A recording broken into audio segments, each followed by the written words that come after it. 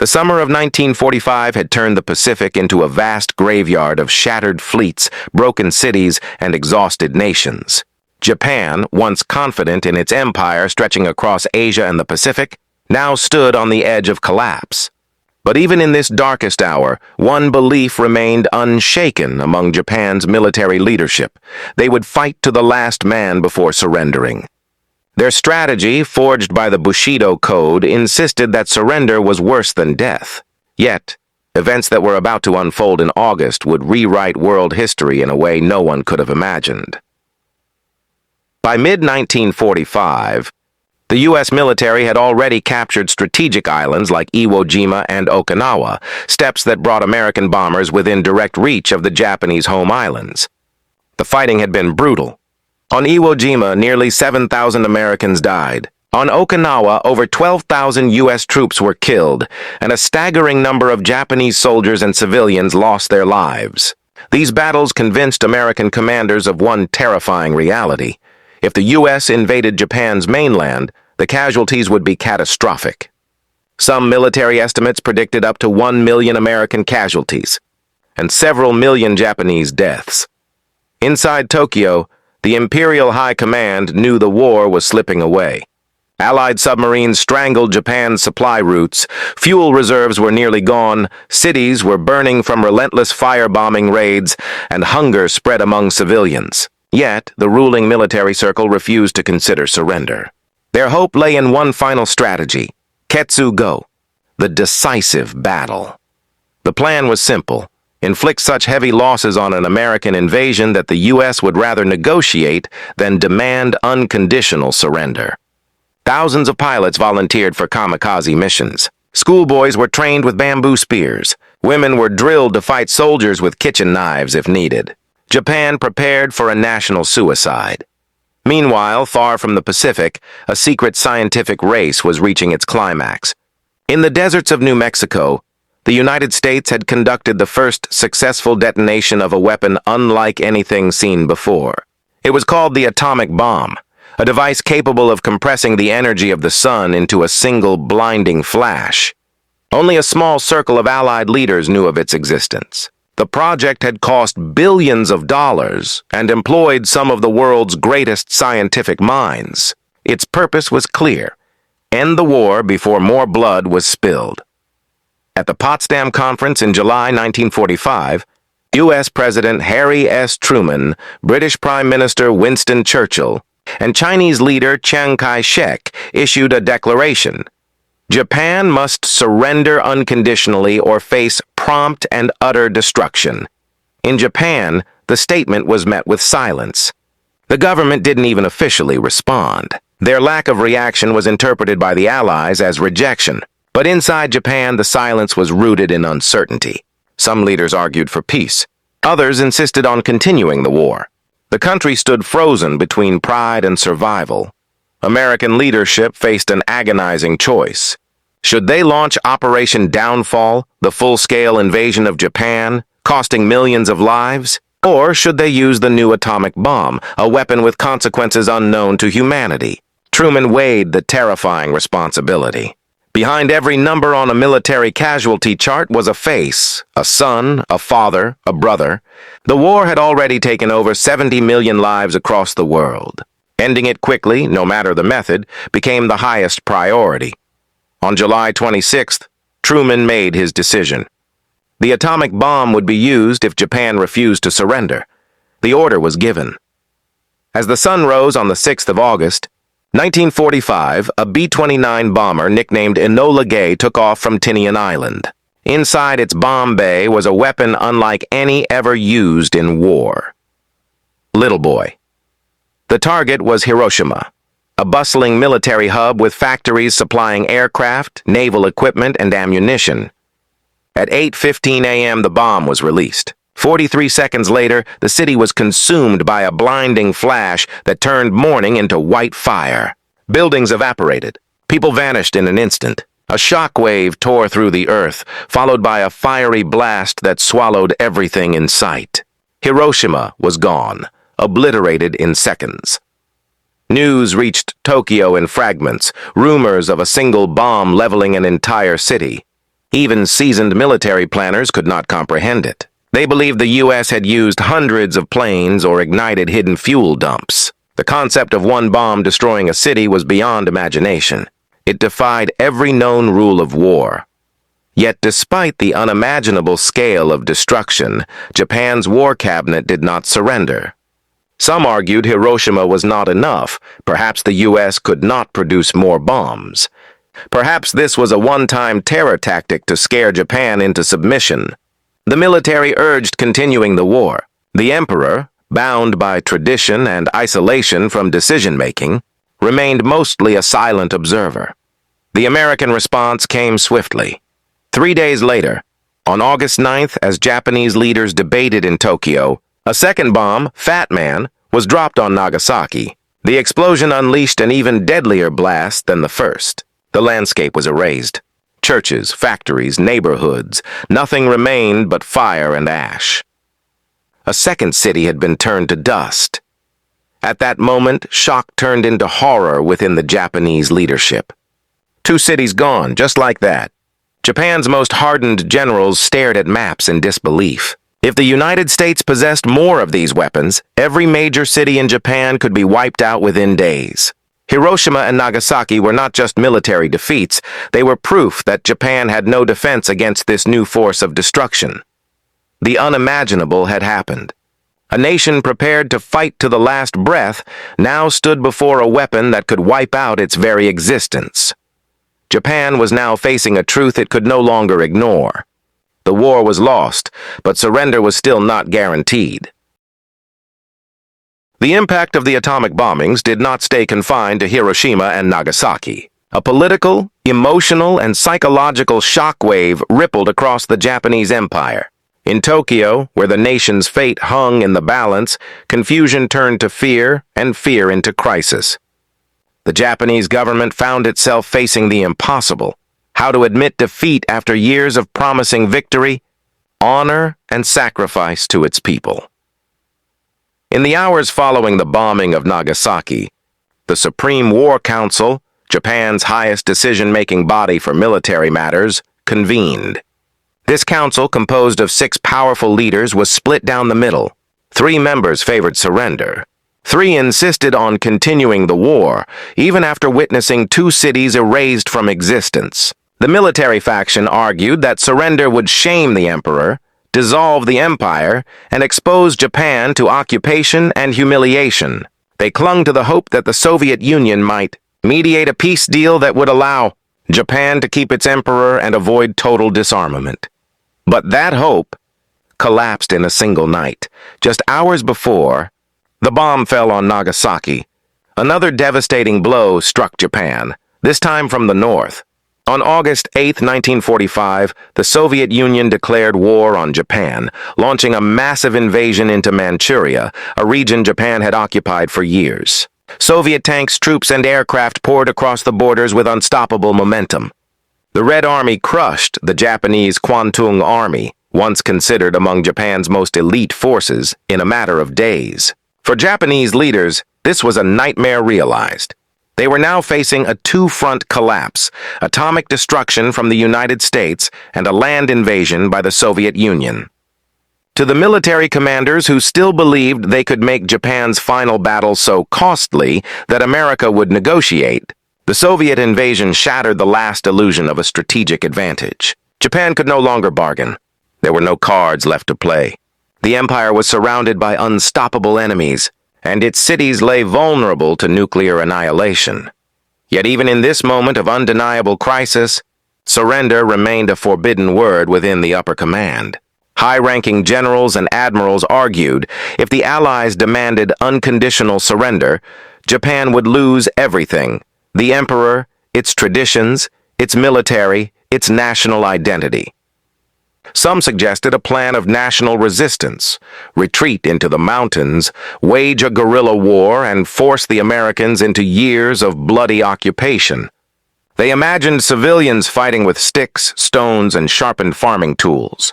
They wanted Japan to bleed so heavily that the Allies would soften their demands. But this was not a movie fantasy. This was a plan that would have resulted in the deaths of millions of Japanese civilians, men, women and children already starving, bombed, and exhausted by years of war. Outside the war rooms, the ordinary people of Japan did not yet know the full truth of what had happened. The government censored the extent of the destruction. Stories filtered through survivors who escaped the ruins.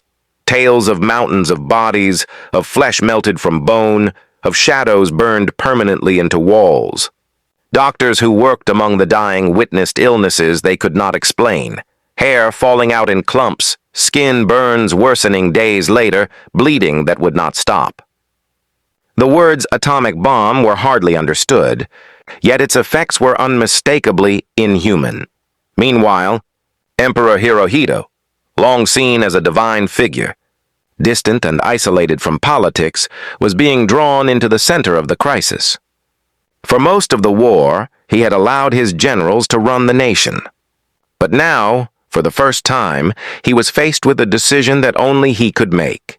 Continue fighting and risk the extinction of Japan, or surrender and betray the ideology that had fueled his empire for decades.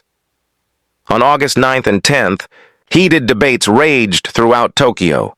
Cabinet rooms echoed with raised voices, slammed fists, and clashing visions of Japan's future. Military leaders could not accept the shame of unconditional surrender. Civilian leaders feared the annihilation of the homeland. And then there was silence.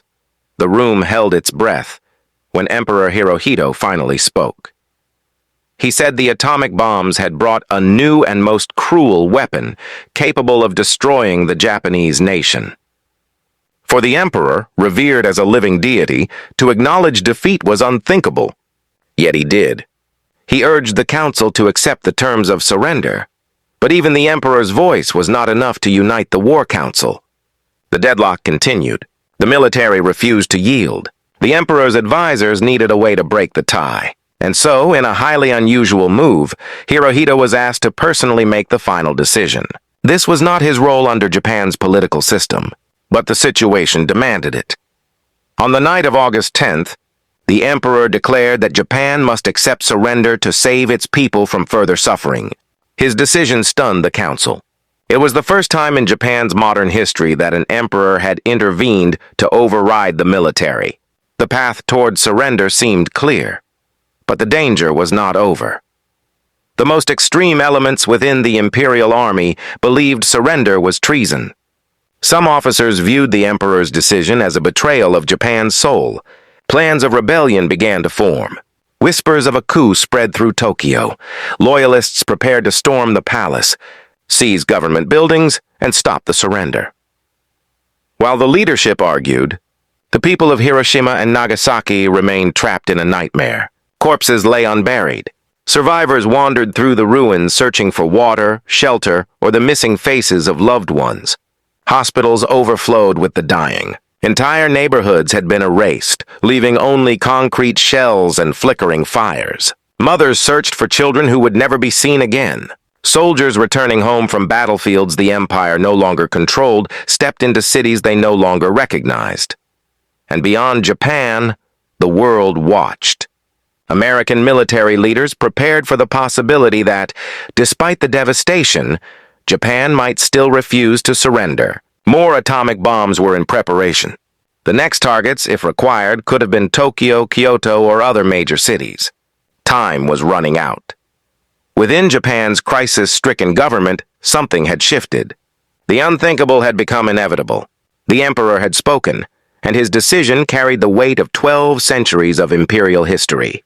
Yet the question remained, would Japan's military obey the command of their divine emperor, or attempt to overthrow him to continue a doomed war? The fate of millions now rested on a single fragile moment. The night of August 14, 1945, was one of the most tense and dangerous moments in Japan's history. Although the emperor had decided to surrender, powerful factions inside the imperial army were preparing to resist that decision, by force if necessary. The idea that Japan would bow to the enemy was unthinkable to them. They believed surrender would disgrace the nation, dishonor the ancestors, and betray every soldier who had died for the emperor. Inside the imperial palace, a secret and unprecedented act was taking place. The emperor's voice, never before heard by the Japanese public, was being recorded on a phonograph disc. Hirohito was preparing to address the nation directly. In a calm but solemn tone, he read the words that would end the war. He explained that the atomic bombs threatened the survival of the Japanese people and that he had chosen peace for the future of the nation. The recording was hidden in a safe place within the palace. If the military rebels found it, they would destroy it, because if the emperor's surrender message reached the public, the war would be over. As midnight approached, a group of radical officers led by Major Kenji Hatanaka launched a coup attempt known as the Kyujo Incident. They surrounded the palace, seized parts of it, and cut communication lines. Their goal was clear: find the recording, prevent the broadcast, and convince the emperor to continue fighting, or overthrow him. Loyal officers and palace guards were caught off guard. Tokyo was thrown into panic and confusion. Outside the palace, gunshots echoed in the dark. Hatanaka and his men searched desperately throughout the palace grounds. They interrogated officials, broke into rooms, and hunted for the precious record. Meanwhile, loyalists risked their lives to protect it. In the early hours of the morning, as Tokyo slept in anxious silence, the rebels began to realize they were running out of time. Their support was weaker than expected. High-ranking commanders refused to join the coup. Some military units remained loyal to the emperor's decision. By dawn, the coup collapsed. Surrounded and facing failure, Major Hatanaka scattered leaflets across Tokyo, insisting that his actions were to protect Japan's honor. Shortly after, he took his own life. The recording was saved. Japan's fate would move forward as the emperor intended. As the sun rose on August 15, 1945, millions of Japanese citizens gathered around radios in homes, shops, factories, and military bases. At noon, a voice they had never heard before, soft, formal, and dignified, filled the airwaves. Emperor Hirohito announced Japan's surrender. His language was formal and indirect. He did not say defeat. Instead, he spoke of enduring the unendurable and accepting peace to save the nation from destruction. Many Japanese listening wept. Some collapsed to their knees. Others remained frozen in disbelief. For years, they had been told that Japan would triumph. Now the unimaginable had happened. Across the world, the reaction was explosive. In the United States, Britain, and allied nations, celebrations erupted instantly. Streets filled with dancing crowds. Flags waved from windows. Church bells rang. Strangers hugged and cheered. In New York's Times Square, famous photographs captured the moment. Joy, relief, and hope for a future without war. After nearly 6 years of global conflict and tens of millions of deaths, World War II was over. But for Japan, the moment was not one of celebration. It was a moment of grief, confusion, and uncertainty. The people struggled to understand what surrender meant for their future. Soldiers returning home faced a homeland in ruins. Entire cities had been reduced to ashes. Food was scarce, industry collapsed, and millions had lost family members. Survivors of Hiroshima and Nagasaki bore physical and emotional scars that would last a lifetime. In the days that followed, American forces led by General Douglas MacArthur arrived in Japan to begin the occupation. For the first time in history, foreign troops walked the streets of Tokyo. Many Japanese feared mistreatment, revenge, or brutality.